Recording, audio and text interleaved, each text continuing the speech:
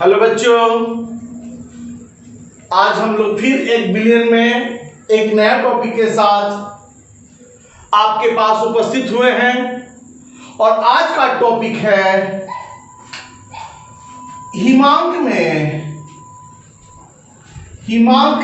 अवनमन। हिमांक में अवनमन, देखिए एक काम करते हैं, ये भी एक तरह का अणुसंख्यक गुणधर्म है। अणुसंख्यक गुणधर्म है, ये अणुसंख्यक गुणधर्म एक तरह का। और ये तीसरा अणुसंख्यक गुणधर्म है हिमांक में अवनमन। देखिए हम लोग क्वाथनांक में उन्नयन पढ़े थे, दूसरा था हमारा क्वाथनांक में उन्नयन, फिर इसके बाद हिमांक में अवनमन। देखिए दोनों का कॉन्सेप्ट एकदम एक जैसा है, दोनों में एकदम कॉन्सेप्ट एक जैसा है। सिर्फ यहां पे अवनमन का मतलब होता है कमी, वहां पे वृद्धि था, वहां क्वाथनांक में वृद्धि हो रहा था, यहां हिमांक में कमी हो रहा है।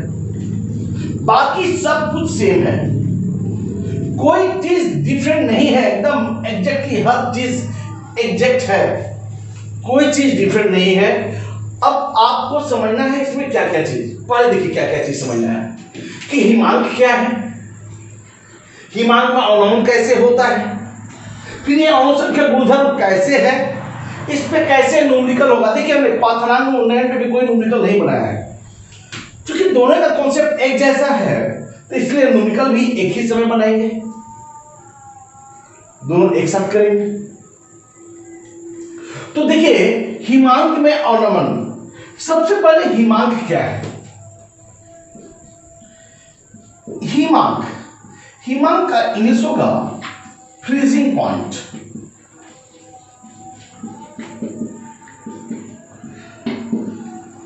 अच्छा बताइए हिमांक क्या है। अब आप एक काम करें, आप आज यहां पे वाटर ले ले, जल ले ले, यानी और इसमें एक बर्फ का टुकड़ा वजन करके डाल दें और इसका ताप 0 डिग्री सी मेंटेन कर दें। आप हमसे बोलिएगा सर जैसे 0 डिग्री सी कीजिएगा तो आप क्या करेंगे कि ये सारा पानी बर्फ जम जाएगा, क्योंकि 0 डिग्री सी पे जब बर्फ बनता है। बोले हाँ। अब इसको छोड़ देते हैं, हम लोग छोड़ देते हैं, कई एक घंटा के लिए छोड़ देंगे। छोड़ने के बाद फिर हम इस बर्फ को निकालेंगे और निकालने के बाद जब हम वजन करेंगे तो पता चलेगा क्या, इसके बर्फ के द्रव्यमान में कोई चेंज नहीं हुआ। सर आप तो अलग चीज बात कर रहे हैं, यहाँ पे तो 0 डिग्री सी पे तो सर बर्फ जमता है। हमने हाँ सर ये क्यों नहीं जम रहा है, तो बाबू समझने की देरी है। अब बाबू ये समझने, ये बर्फ तो सर जम रहा है। हमने हाँ तो बर्फ तो जम रहा है, लेकिन सर तो बर्फ का द्रव्यमान में क्यों वृद्धि नहीं हो रहा है। हम बोले इसलिए नहीं वृद्धि हो रहा है क्योंकि यह साम्यावस्था में रहता है, क्योंकि यह क्या रहता है, साम्यावस्था में रहता है। यानी जिस दर से जल बर्फ बनता है उसी दर से बर्फ जल भी बन जाता है। इसका मतलब इसका हिमांक और गलनांक दोनों एक ही ताप पे होता है, और वो कितना डिग्री सी पर, 0 डिग्री सी पर। हिमांक और गलनांक दोनों क्या होता है, एक ही ताप पे होता है। अगर क्वेश्चन में गलनांक दे दिया तो आप समझिए कि वो हिमांक भी है। ये इसका मतलब सब क्या होगा, इसका मतलब सब परिभाषा क्या होगा। हमने जिस ताप पर ठोस, किसी पदार्थ का ठोस और द्रव अवस्था साम्यावस्था में होते हैं, उस ताप को हिमांक कहते हैं। हो गया, क्या हो गया, जल्दी बताइए, जल्दी बताओ क्या हो गया। यानी जिस ताप पर किसी पदार्थ का द्रव अवस्था तथा ठोस अवस्था साम्यावस्था में होते हैं, उसे क्या कहते हैं, हिमांक कहते हैं। यानी कि जिस दर से ये द्रव ठोस होगा उसी दर से ठोस भी द्रव में बदलेगा। यानी कि दिमाग में ज्यादा नहीं करना है। हिमांक क्या है कि बोलेंगे बाबू कि जिस ताप पर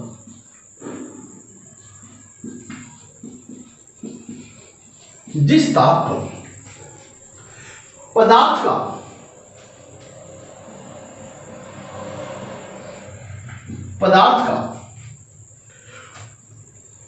द्रव अवस्था तथा ठोस अवस्था,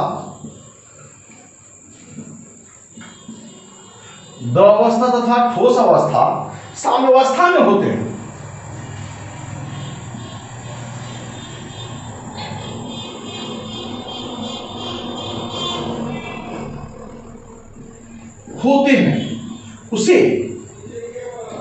उसे हिमांक कहते हैं।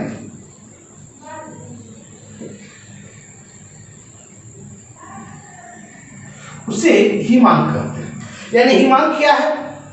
हिमांक क्या है बाबू? यानी कि जिस ताप पर ये ठोस और द्रव, यानी जिस दर से ये द्रव बनेगा, द्रव ठोस बनेगा, उसी दर से ठोस भी द्रव बनेगा, उस ताप को हम लोग बोलेंगे क्या चीज? हिमांक।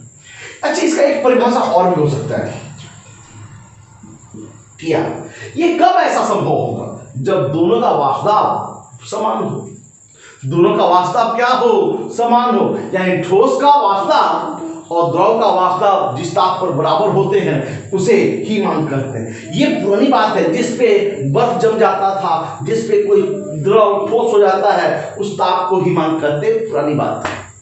अब पुरानी बात, अब नई बात करनी है हमें। नई बात क्या है कि यानी कि जिस ताप पर ठोस का वाष्पदाब तथा द्रव का वाष्पदाब बराबर हो जाता है उसे क्या कहते हैं? हिमांक कहते हैं। यानी कि याद करके भी लिख सकते हैं हम लोग, जिस ताप पर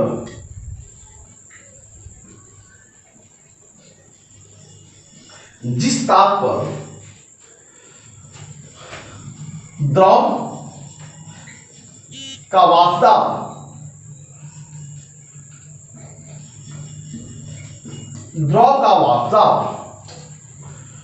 ठोस के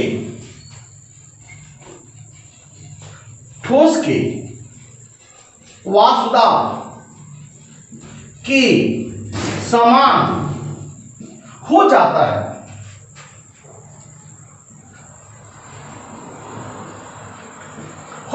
उसे हिमांक कहते हैं।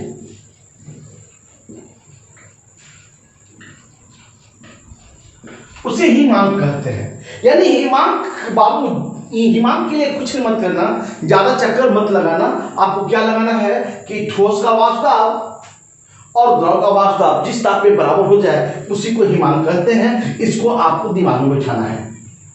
तो सबसे पहले हिमांक हम समझे कि हिमांक क्या है। तो हिमांक क्या है बाबू, जल्दी बताइए। हिमांक क्या है बाबू? तो हिमांक है कि जिस ताप पर पदार्थ का ठोस अवस्था तथा द्रव अवस्था साम्यावस्था में हो तो उसे हिमांक कहते हैं। या जिस ताप पर द्रव का वाष्पदाब ठोस के वाष्पदाब के समान हो जाता हो उसे हम लोग क्या कहते हैं? हिमांक कहते हैं। हम तो समझते हैं कि आप लोग इसे समझ गए होंगे। आप इसे पहले नोट कर लें।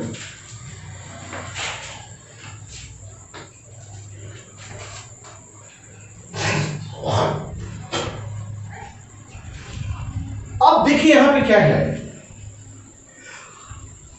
यहां पे अब अगला बिंदु आपको सीखना होगा।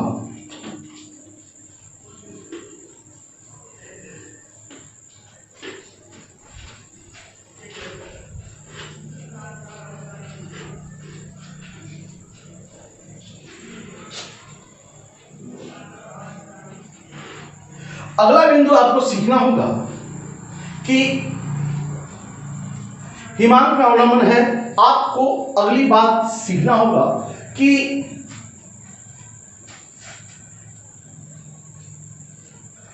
हिमांक में जो अवनमन है वो अवनमन क्या है, कमी कैसे हो जा रहा है। अब इसको सीखें। तो देख, एक चीज आप लोग तो जानते हो, विद्वान हो, कि विलियम का वाष्पदाब,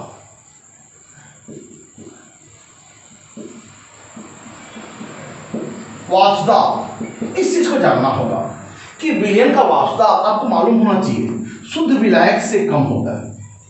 शुद्ध विलायक के विलायक के वाष्पदाब से कम होता है।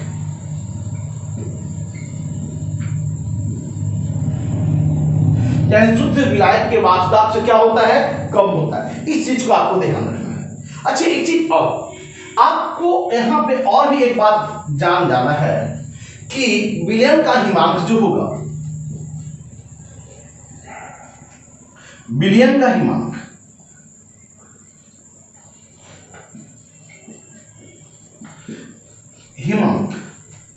शुद्ध विलायक की तुलना में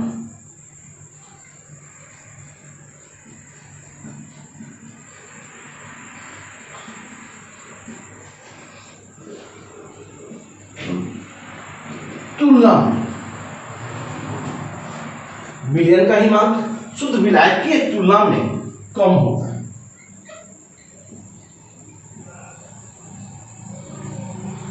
यानी कि आपको विलायक का हिमांक क्या होगा, ज्यादा होगा।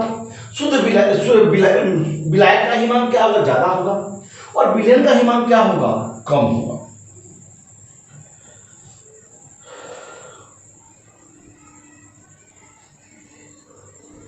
ठीक है, अब हम लोग को सीखना है सर ये कम क्यों हो जाता है। पिछले लेक्चर में हमने बताया था कि क्वाथनांक, विलयन का क्वाथनांक शुद्ध विलायक की तुलना में अधिक हो जाता है। याद रखिएगा, क्वाथनांक में वृद्धि होगा और हिमांक में कमी होगा। अगर एक क्वाथनांक बोलते तो यहां पे वृद्धि हो जाता। अब इसको हम लोग समझा जाए, इसको हम लोग आप पहले से नोट कर लो। अब देखो इसे, अब नोट कर लिए ना। अब हम लोग इसे क्या करेंगे कि इसे हम लोग अब हम लोग ग्राफ के आधार पर समझे। देखिए ऐसे कर लिया जाए, थोड़ा सा इसको मिटा लिया जाए। ठीक है, अब बोलिए इधर हमने क्या किया, वाष्पदाब दे दिया।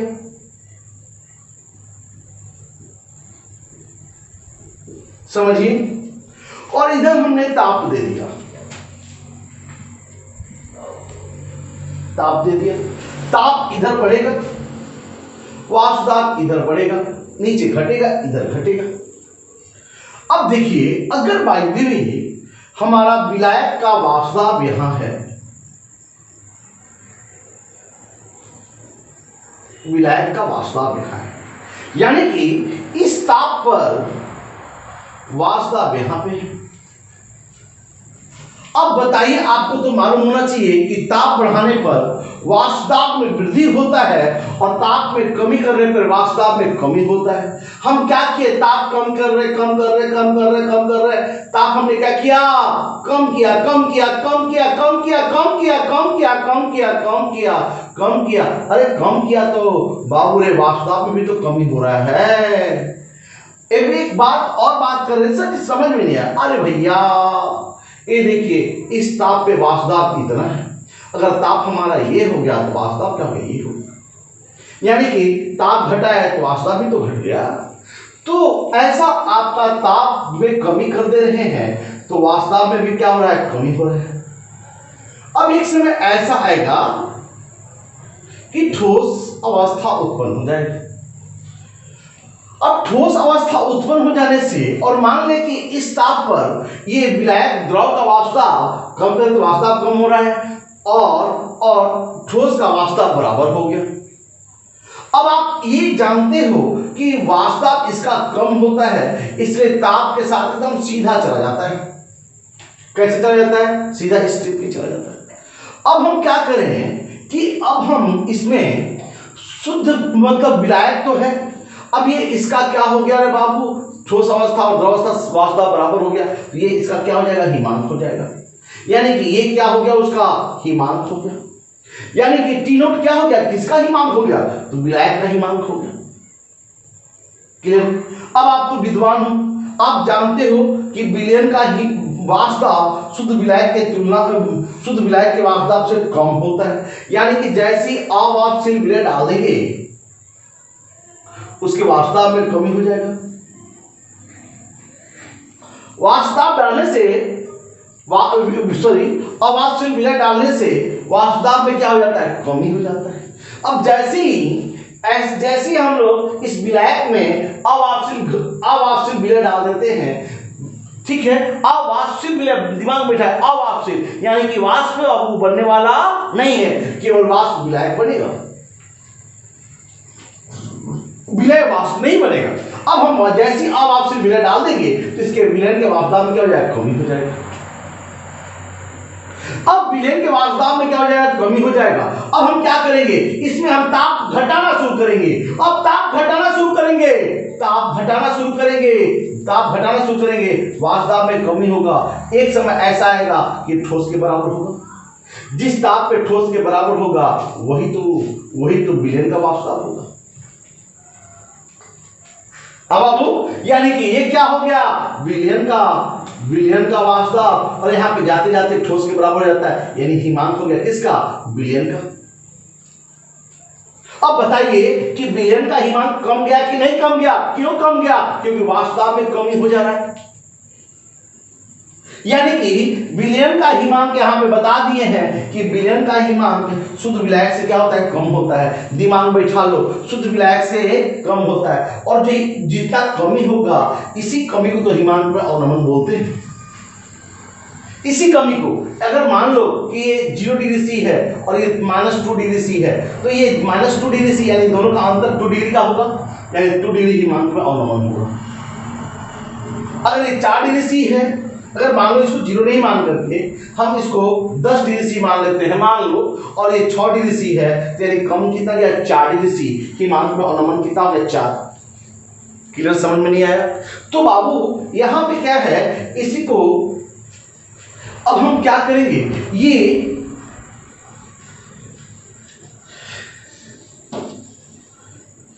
क्या जानते हैं हम लोग, ये क्या है, टी नोट क्या है जल्दी बताओ, टी नोट क्या है जल्दी बताओ बाबू। तो टी नोट क्या है, ये टी नोट देखिए यहां पे टी नोट है, ये शुद्ध विलायक का हिमांक,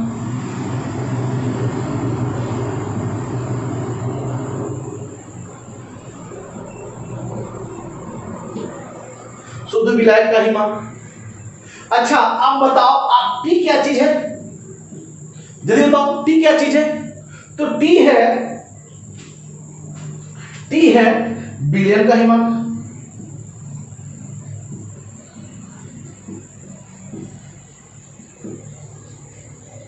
विलयन का हिमांक। अच्छे बताइए, आपको तो मालूम होना चाहिए कि टी नोट तो है वो ज्यादा होगा किससे, टी से। टी नोट क्या है, ज्यादा है टी से। तो कितना ज्यादा है, तो हम क्या करेंगे, टी नोट में से टी को घटा दें, पता चलेगा कितना ज्यादा है, यानी कितना कमी हो, ये भी तो जानते हैं कि पहले टी नोट था, अब हो गया टी, तो दोनों का बीच का अंतर कितना हो जाएगा। तो बाबू रे अंतर को डेल्टा से डिनोट करते हैं, किसका है, ताप का अंतर है, अभी किस ताप का, तो हिमांक का, उसका इंग्लिश होता है एफ फ्रीजिंग, यानी कि टी नोट में से टी को घटा देंगे तो डेल्टा टीएफ हो जाएगा। इसका मतलब ये डेल्टा टीएफ होगा, डेल्टा टीएफ होगा। अब इस पे क्या कहेंगे, ये क्या है बाबू, आपको हिमांक में कमी है।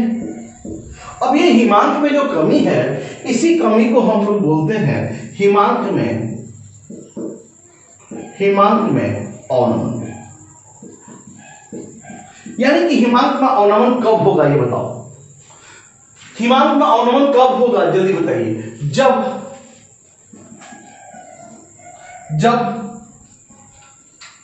शुद्ध विलायक में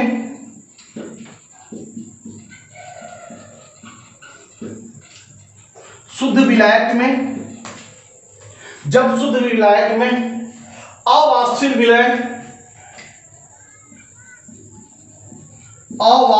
विलय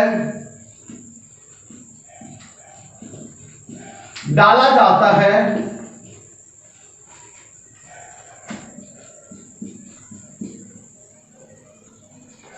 तो विलयन के वाष्प में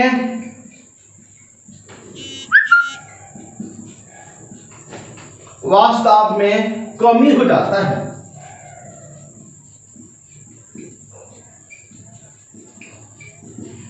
विलयन के वास्तव में क्या हो जाता है बाबू? कमी हो जाता है, जिसके परिणाम स्वरूप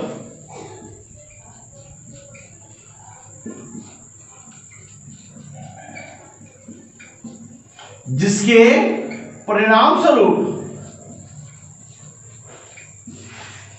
परिणाम स्वरूप बताइए क्या होगा? हिमांक में कमी हो जाता है।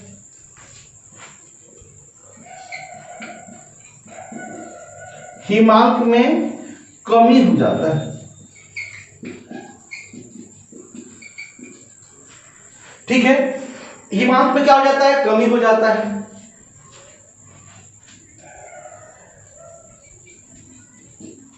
इस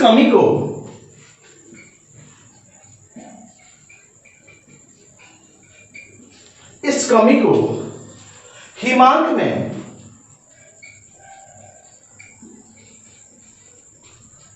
अवनमन कहते हैं। हिमांक में अवनमन कहते हैं। कहने का मतलब जैसी अब आप फिर विलय डालोगे आप, तो उसके हिमांक में क्या हो जाएगा? कमी हो जाएगा। और उसके हिमांक में कमी हो जाने से उसके वास्तव में कमी हो जाने से उसके हिमांक में भी कमी हो जाता है। दिमाग में बैठा लो कि विलयन का हिमांक विलायक के हिमांक से कम होगा। जितना कम होगा उसी को बोलते हैं हिमांक में कमी या हिमांक में अवनमन। ये कब होगा? जब हम शुद्ध विलायक में अब आप सिर्फ विलय डालेंगे तब।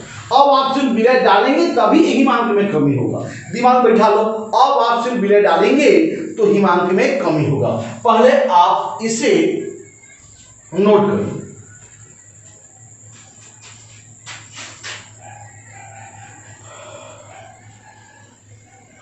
अब देखो, यानी कि टी नोट में से टी को घटाएंगे, यानी कि हिमांक का क्वाथनांक विलायक का हिमांक में से विलयन का हिमांक को घटाना है। दिमाग में बैठा लेंगे। देखिए, क्वाथनांक उन्नयन में से विलयन में से विलायक को घटाते थे, लेकिन यहाँ पे चूंकि कमी हो रहा है इसलिए विलायक में से विलयन को घटाएंगे। दिमाग में इतना रखना है बाबू आपको। अब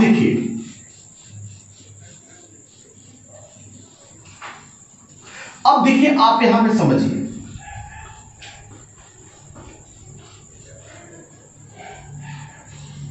अब देखिए यहां पे क्या है कि हिमांक में अवनमन का व्यंजक।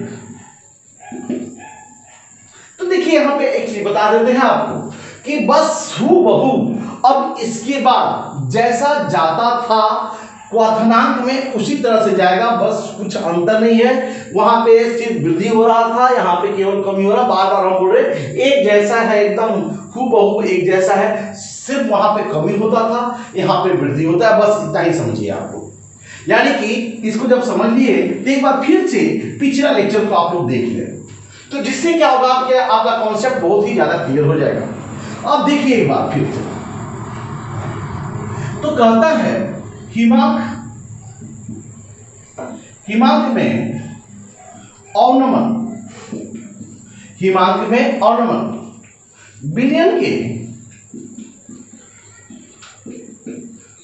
के मूललता का समानुपाती होता है। किसके समानुपाती होता है? तो विलयन के मूललता के समानुपाती होता है। यानी कि हिमांक में अवनमन को डेल्टा टीएफ बोलते हैं। आपको बता ही है कि दोनों का जो कमी हो रहा है उसी को डेल्टा टीएफ बोलते हो। तो डेल्टा टीएफ जो होगा उस समानुपाती होगा किसका? एम का। यानी डेल्टा टीएफ को हम लोग बोलते हैं हिमांक में अवनमन, और एन क्या है? विलयन का मूललता है। अब आप बताओ कि आप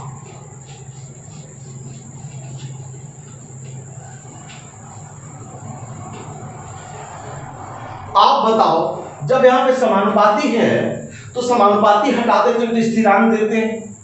डेल्टा टी एफ बराबर यहाँ पे के एफ एम देंगे, यहाँ पे एफ एक स्थिरांक है, के एफ क्या है, एक स्थिरांक है, जहां के एफ एक स्थिरांक जिसे मोलल अवनमन स्थिरांक या क्रायोस्कोपिक कांस्टेंट स्थिरांक कहते हैं। यानी कि इसे मोलल अवनमन स्थिरांक या क्रायोस्कोपिक स्थिरांक भी कहते हैं। अब यहां पे फिर से एक बात करना है,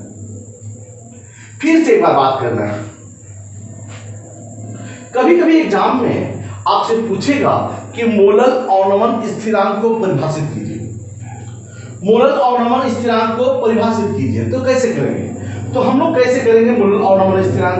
तो देखिए, जब m का वैल्यू 1 हो जाए, अरे मोललता हमारा कितना हो जाए, 1 हो जाए, तो बताओ जब m बराबर 1 हो जाएगा तो डेल्टा टी एफ बराबर क्या हो सकता है, के एफ होगा कि नहीं होगा? तो पहले आप इसे नोट करो।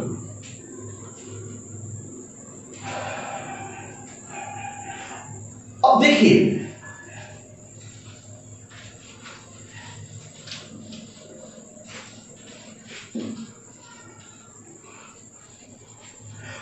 क्या होगा कि अगर आप डेल्टा टी एफ बराबर के एफ कर रहे हैं, लेकिन कब, जब मोललता 1 हो। इसका मतलब मोलल अवनमन स्थिरांक को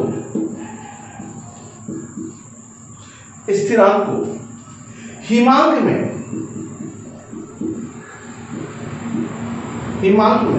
अवनमन के रूप में परिभाषित किया जा सकता है।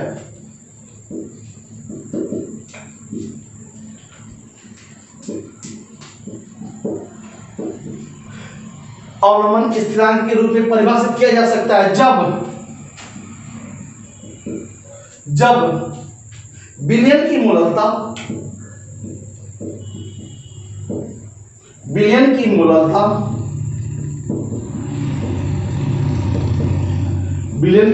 कितना हो, 1 हो। विलयन की मोललता 1 हो। मोललता का मतलब क्या होता है सर, यानी 1 मोल 1 केजी में घुला। अगर मोललता 4 है तो इसका मतलब 4 मोल 1 केजी में घुला। पहले भी कॉन्सेप्ट में दिया गया है। मोललता 10 हो तो 10 मोल 1 केजी विलायक में घुला। तो इसका मतलब मोललता कितना हो, 1 हो, अर्थात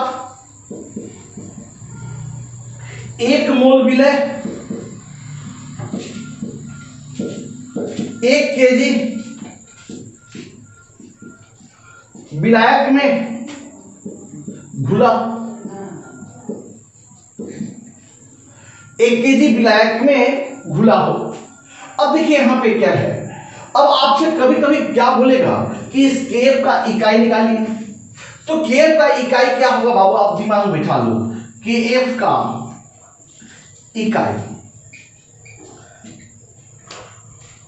इकाई क्या होगा, तो केल्विन केजी प्रति मोल। ये केएफ का इकाई क्या होगा, केल्विन केजी प्रति मोल। अब आपको क्या करना है कि बाबू इतना को आपको दिमाग में बिठाना है। अब इसके बाद हम लोग कैसे इस पे न्यूमेरिकल बनाएंगे, कैसे इस विलय का अणुद्रव्यमान निकालेंगे। ठीक है, ये क्यों, ये अणु संख्या गुणधर्म है तो क्यों है, अब इसके बारे में हम लोग अगला लेक्चर में बात करेंगे। पहले आप इसे नोट कर लो। अब देखिए, आप इसे नोट करें और क्वथनांक में उन्नयन को भी आप इसके साथ देखें, जिससे कि क्या होगा, आपका कॉन्सेप्ट क्लियर जाएगा। ठीक है, थैंक यू।